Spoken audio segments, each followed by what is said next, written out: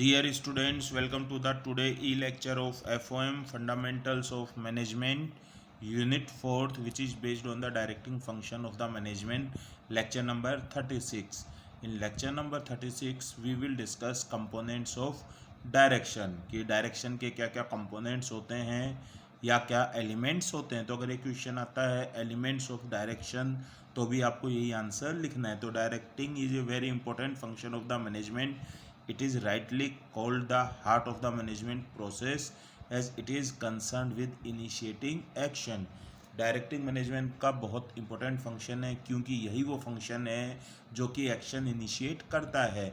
अगर direction function ना हो तो प्लानिंग केवल प्लानिंग ही रह जाएंगी। प्लानिंग इम्प्लीमेंट प्रॉपर कब हो पाती हैं? जब प्रॉपर डायरेक्शंस दी जाती है। तो it consist of all those activities which are concerned with influencing, guiding और supervising the subordinates in their job. तो डायरेक्टिंग में वो सारी एक्टिविटीज़ आती हैं जो कि सबॉर्डिनेट्स को इन्फ्लुएंस करती हैं, गाइड करती हैं और उन्हें सुपरवाइज करती हैं उनकी जॉब में, जिसकी वजह से वो अपने ऑब्जेक्टिव्स को अचीव कर सकें. द मेन एस्पेक्ट्स और elements of direction are as follows. तो फर्स्ट एलिमेंट या कंपोनेंट क्या है डायरेक्शन का? Issuing orders and instructions. तो जो सुपीरियर्स होते हैं वो अपने सबॉर्डिनेट्स को ऑर्डर्स इशू करते हैं और इंस्ट्रक्शंस इशू करते हैं जिसके बेस पर वो उनके बिहेवियर को कंट्रोल करते हैं. तो ये डायरेक्टिंग का क्या है? एक कंपोनेंट है. तो ये manager is required to issue a number of orders to his subordinates to initiate, modify और होल्ड एनी एक्शन. तो कोई भी एक्शन को इनिशिएट करने के लिए, मॉडिफाई करने के लिए, रोकने के लिए मैनेजर है वो नंबर ऑफ ऑर्डर्स इंस्ट्रक्ट करते हैं. तो ये भी किसका पार्ट है? डायरेक्शन का पार्ट है. जैसे कि मैनेजर ने ऑर्डर दिया है कि एक पर्टिकुलर हॉलीडे पर ऑफिस ओपन रहेगा, तो ये डायरेक्टिंग का एक कंपोनेंट है. और किसी भी वर्क को करने के लिए जो स्टेप बाय स्टेप प्रोसीजर बताया जाता है, इंस्ट्रक्शंस दी जाती हैं, वो भी एक डायरेक्शन का पार्ट है. तो he is also required to guide and instruct workers in performing of their task toward the achievement of desired goal. तो इंस्ट्रक्शन हैं वो भी सबऑर्डिनेट्स को डायरेक्ट करने के लिए इम्पोर्टेंट हैं. Orders and instructions reflect the decisions of a manager. तो एक अच्छे ऑर्डर और एक अच्छी इंस्ट्रक्शन में क्या क्या कैरेक्टरिस्टिक्स होनी चाहिए कि कोई भी ऑर्डर या इंस्ट्रक्शन हो वो सिंपल होनी चाहिए, अनएम्बिगुअस एंड क्लियर होनी चाहिए, वो ब्रीफ होनी चाहिए लेकिन कंप्लीट होनी चाहिए, रीजनेबल होनी चाहिए, एनफोर्सेबल होनी चाहिए. यानी कि अगर सबॉर्डिनेट्स हैं आपके ऑर्डर्स का फॉलो नहीं कर रहे हैं, आपके इंस्ट्रक्शंस नहीं मान रहे हैं, तो आपको उन्हें पनिश करना चाहिए या उनके ऊपर पेनल्टी लगानी चाहिए. It should be convincing and acceptable. It should invoke cooperation. It should be compatible with the objectives of the organization. ज़्यादातर जो ऑर्डर्स और इंस्ट्रक्शंस हैं वो जहाँ तक पॉसिबल हो सके रिटर्न में होनी चाहिए और जो भी ऑर्डर्स और इंस्ट्रक्शंस हैं उनका प्रॉपर फॉलोअप एक्शन होना चाहिए. तो it should be backed up by the following up action. तो फर्स्ट कंपोनेंट क्या होगा डायरेक्शन का? Orders and instructions. Second component क्या होगा? लीडरशिप. लीडरशिप में 3 टर्म्स आती हैं, लीडर्स, फॉलोअर्स और लीडरशिप. तो वो पर्सन जो कि अपने बिहेवियर से दूसरों को इन्फ्लुएंस करता है और खुद के और उनके ऑब्जेक्टिव्स को अचीव कराता है, कोई भी एक्शन इनिशिएट करता है, उसे हम क्या बोलते हैं? लीडर बोलते हैं. वो पर्सन जो कि खुद कोई वर्क नहीं कर पाता, वो अपने ऑब्जेक्टिव्स खुद अचीव नहीं कर पाता, तो वो दूसरे पर्सन के बिहेवियर से इन्फ्लुएंस होता है, उसे क्या बोलते हैं? फॉलोअर. और वो प्रोसेस जिसके थ्रू लीडर अपने फॉलोअर्स को इन्फ्लुएंस करता है, इस प्रोसेस को क्या बोलते हैं? लीडरशिप बोलते हैं. तो लीडरशिप एक प्रोसेस है जिसके थ्रू मैनेजर है वो डायरेक्ट या गाइड्स करता है, इन्फ्लुएंस करता है अपने सबॉर्डिनेट्स के, जिससे कि वो अपने ऑब्जेक्टिव्स को अचीव कर सकें. तो ये भी एक मैनेजर का क्या हो गया? फंक्शन हो गया. डायरेक्शन के अंदर उनका कंपोनेंट हो गया कि उसे अपने सबॉर्डिनेट्स को लीड प्रोवाइड कराना पड़ता है. तो there are number of different leadership styles है. Traditional leadership styles, modern leadership styles. Traditional leadership styles में autocratic style, bureaucratic style, consultative style, democratic style, laissez faire या फ्री रेंज लीडरशिप स्टाइल होती है, जो कि आगे लीडरशिप के chapter में या फिर जो टॉपिक आएगा उसमें अपन आगे डिटेल में डिस्कस करेंगे. नेक्स्ट क्या आएगा? कम्युनिकेशन.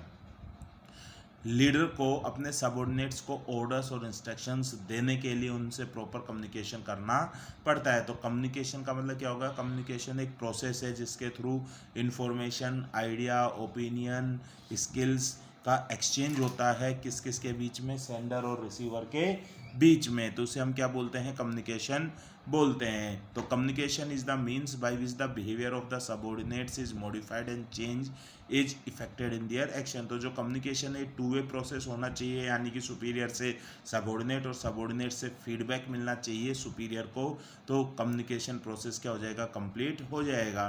तो कम्युनिकेशन है उसमें एक्सचेंज होता है टू और मोर पर्सन्स के बीच में। तो जो मैनेजमेंट है या जो सुपीरियर है वो अपने ऑब्जेक्टिव्स, ऑर्डर्स है, ये कम्युनिकेट करता है, सबऑर्डिनेट से सजेशंस लेता है। तो इन सब के लिए किसकी ज़रूरत पड़ती है, कम्युनिकेशन की ज़रूरत पड़ती है। तो communication is also one of the component of direction. Next क्या है, motivation. It is an important element of directing function, कि सुपीरियर को अपने सबऑर्डिनेट्स को ऑर्डर्स और इंस्ट्रक्शंस को फॉलो कराने के लिए उन्हें मोटिवेट करना पड़ेगा। तो motivation encourages persons to give their best performance and help in reaching enterprise goal. It is the degree of readiness for undertaking assigned task and doing it in the best possible way. तो अगर subordinate कोई भी task उन्हें मिलती है वो उसे लेने को तैयार रहते हैं और पूरे एफर्ट्स लगाकर उस टास्क को कंप्लीट करते हैं तो मोटिवेट हैं। अगर वो किसी भी टास्क को है एक्सेप्ट नहीं करते हैं या उसको कंप्लीट करने के लिए इनकरेज्ड नहीं रहते हैं तो इट मीन्स एम्प्लॉय क्या है, डिमोटिवेट है। तो मोटिवेशन के नंबर ऑफ मेथड्स होते हैं, मॉनिटरी मोटिवेशन भी दिया जा सकता है, नॉन मॉनिटरी मोटिवेशन भी दिया जा सकता है। तो motivation is also one of the component of the direction. Next क्या है, सुपरविजन।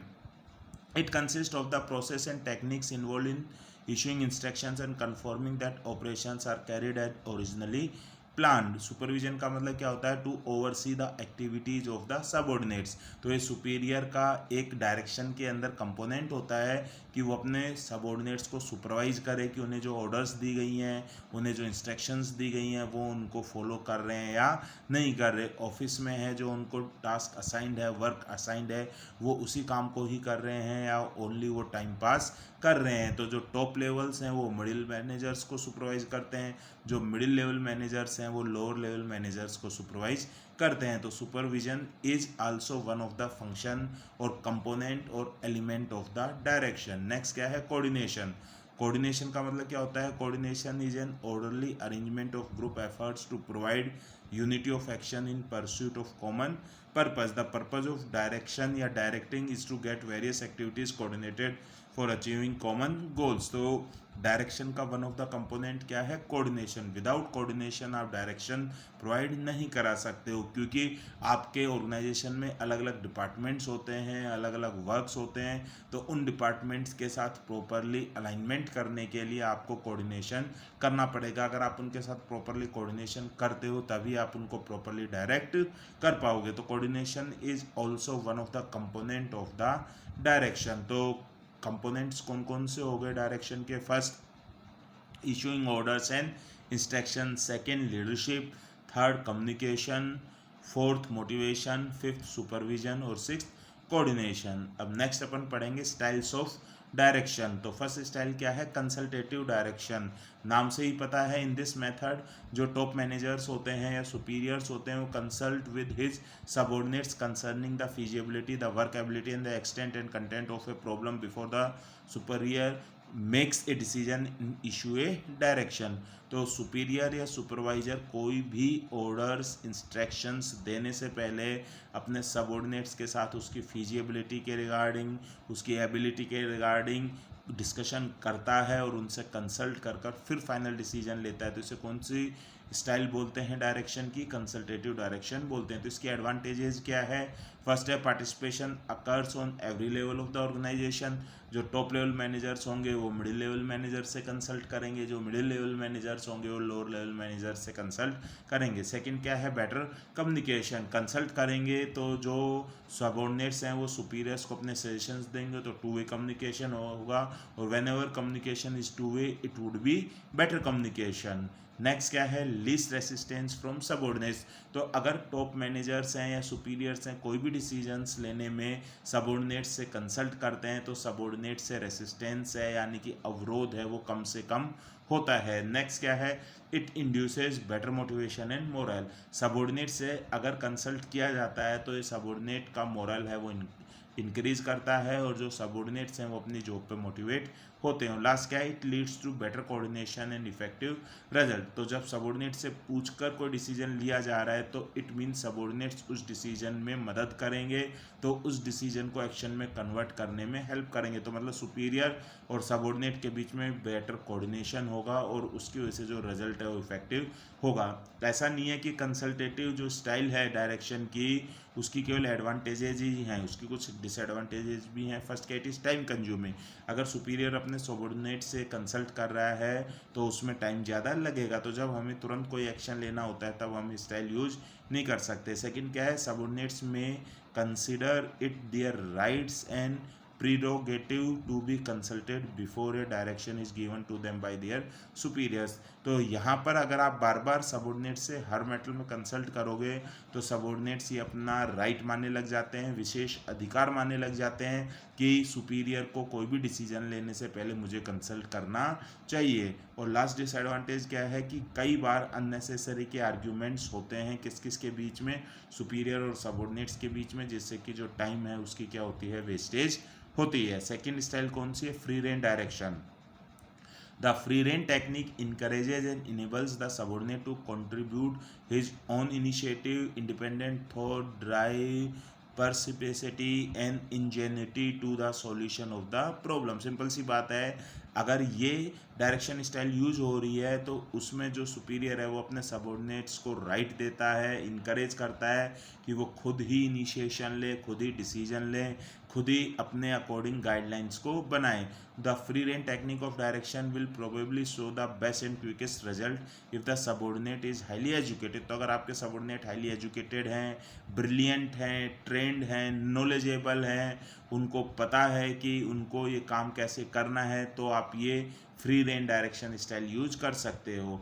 और नेक्स्ट क्या है, ऑटोमेटिक डायरेक्शन। जिस तरीके से ऑटोमेटिक मशीन होती है जिसमें हर प्रोग्राम पहले से ही फिक्स होता है, आप जोन से प्रोग्राम पर उस मशीन को रन करते हो वह वैसे ही इंस्ट्रक्शंस को फॉलो करती है। तो इस मेथड में जो सुपीरियर है वो अपने सबऑर्डिनेट्स को डायरेक्ट, क्लियर और प्रिसाइज ऑर्डर्स देते हैं किसी भी डिसीजन के रिगार्डिंग, और डिटेल इंस्ट्रक्शंस देते हैं कि कैसे उन्हें वो टास्क को कंप्लीट करनी है, जिससे कि सबऑर्डिनेट्स के पास कोई भी रूम नहीं होता है कि वो अपनी तरफ से कोई भी इनिशिएशन ले सकें। उनको जो सुपीरियर है उन्हीं की ही उन डिटेल इंस्ट्रक्शंस को फॉलो करना पड़ता है। तो इसे हम कौन सा डायरेक्शन बोलते हैं, ऑटोमेटिक डायरेक्शन बोलते हैं। तो इसी के साथ ही जो ये लेक्चर है ये कंप्लीट होता है 36, जिसमें कंपोनेंट्स ऑफ डायरेक्शन पढ़े हैं और स्टाइल्स ऑफ डायरेक्शन पढ़ी हैं। Thank you very much.